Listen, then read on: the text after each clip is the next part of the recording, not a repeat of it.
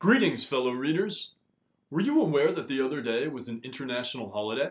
That's right, January 1st was a holiday in which people all over the world celebrated the gift of literature, music, and other cultural goodies. I'm talking about Public Domain Day, the day an entire year's worth of music, books, films, and other artworks become free for everyone to use and redistribute without permission. What's that? You've never heard of Public Domain Day? Well, maybe that's because you live in the United States, where we don't celebrate Public Domain Day. Although maybe we would, if we had anything to celebrate. Just like last year, and every year since the 1970s, nothing has entered the public domain in the United States. And nothing will until 2019. Why is that? Well, before 1978, copyright lasted 55 years. When a work such as a book or film turned 56, it entered the public domain and became free for all. But since then, many major publishers and media companies have used their influence in Congress to extend copyright terms again and again. So now a work will not enter the public domain until 70 years after the death of its creator. In my mind, this is way too long. This move benefits only powerful media companies and estates who haven't had to work for their daily bread, while at the same time, it robs the rest of us of our literary heritage. So today, I've made my own little list of books that ought to be in the public domain by all that is right, if not by law. I chose these books not because of my personal preferences, but because of their prominence in Anglo-American literature and popular culture. This list is by no means definitive. There are plenty of books that are just as deserving, and you can mentally swap them out for your own selections if you wish. But I have to tell you, substitutions cost extra. It is important to remember that according to the terms under which these books were originally published, these books would be in the public domain by now. So stick around and take a good look at what has been stolen from you, the readers. Number 4, 1984 by George Orwell, originally published in 1949. It's easy to see why this should make the list. It may not have been the first dystopian novel. Aldous Huxley published Brave New World in 1931. Russian author Yevgeny Zamyatin wrote We in 1921. And Jack London, yes, that guy who wrote books about wolves, published his own science fiction dystopia, The Iron Heel, in 1908. But 1984 is what we think of when we hear the word dystopia. Unless you were born after the internet and have no concept of anything outside the eternal now, in which case dystopia is a subgenre of young adult. But anyway, for most people, 1984 is the granddaddy of science fiction dystopias. It's one of the most quoted and referenced novels of the 20th century, mostly by people who have never read it. It's the book people invoke whenever the government expands its surveillance capabilities. A lengthy Guardian interview with Edward Snowden mentions Orwell twice, 1984 4 times, and Brave New World 0 times. We see buildings tagged with Orwell was right, but we don't see Huxley was right.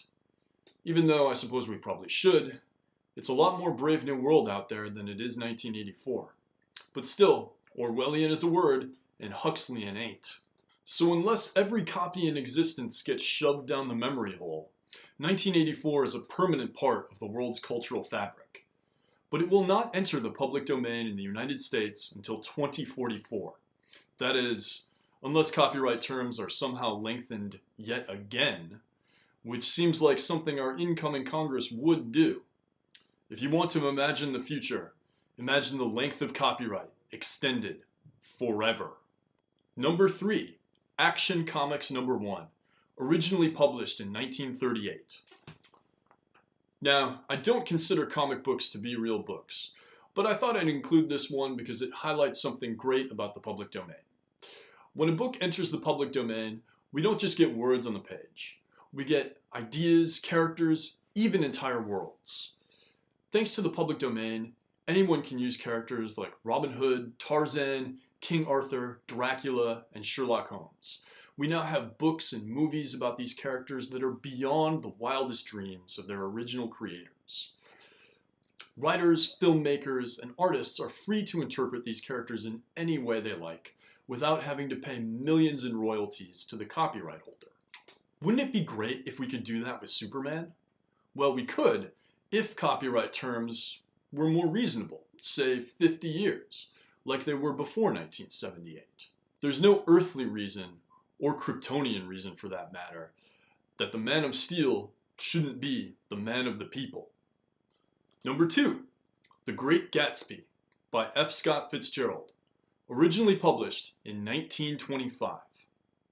1925, and it's still not in the public domain.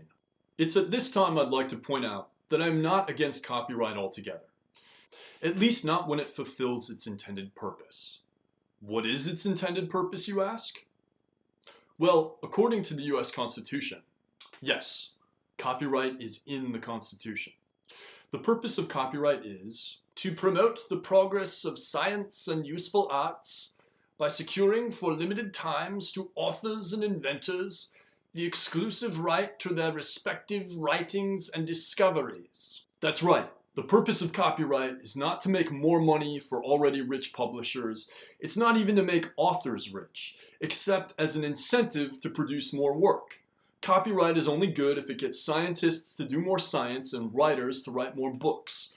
Now, I'm not one of those Constitution thumpers. I freely admit that it is not a perfect document, but it got it right in a few places, especially those places where it favors the wide public good over the narrow private interest. And copyright was one of those places. So someone please tell me how keeping The Great Gatsby under copyright will encourage F. Scott Fitzgerald to write more books when he's been dead since 1940. Maybe Ruth Bader Ginsburg, the usually wise Supreme Court Justice and author of the majority opinion on the case that upheld the extension of copyright terms to life plus 70 years, could help me here. Maybe she could explain how the law was actually written for liches, sentient undead beings that continue to write arcane tomes long after their human lives have ended. Or maybe she could explain how the children of successful authors shouldn't have to work and should keep getting royalty checks, while at the same time in some places in the US, we subject poor people to indignities like drug tests when all they want to do is get food assistance. Number 1, To Kill a Mockingbird by Harper Lee, originally published in 1960. To Kill a Mockingbird does not make the list of my favorite books, but it still sits at the top of this list for 3 big reasons.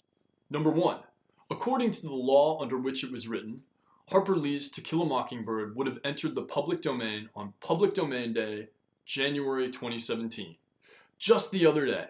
Just think, we could be celebrating our ownership of this very book today. Number 2, we've already discussed how the purpose of copyright is to encourage artists to produce. But Harper Lee didn't produce anything after To Kill a Mockingbird. Apparently, current copyright law provided inadequate incentive. Yes, she did release what was basically a reworked earlier draft of Mockingbird just before she died. But for most of her life, she was known for one book and promised not to write another. Most of us have to do more than one thing in our lives. I don't get to go in, teach one class, and then say sayonara as I watch the royalty checks roll in. Number 3, To Kill a Mockingbird is assigned in schools all across the country. If it were in the public domain, schools could procure copies at a lower price or even for free on digital devices. But thanks to our current laws, schools have to pay an extra $1 or $2 per book to whoever owns the copyright. Sorry kids, the school library can't afford to buy that set of Moral Instruments books. Harper Lee's lawyer needs a new Mercedes. That was my yearly Public Domain Day rant. Now that it's available on YouTube, maybe I won't have to subject my friends and family to it every New Year's. I hope I've gotten some of you to think about an issue that should be near and dear to all of us readers. If you want more info about how current copyright laws are damaging, check out the links below or my banned books video. One last thought. People often joke that America has no culture. I submit to you that's because we don't own our culture. Happy New Year, and I'll see you next time.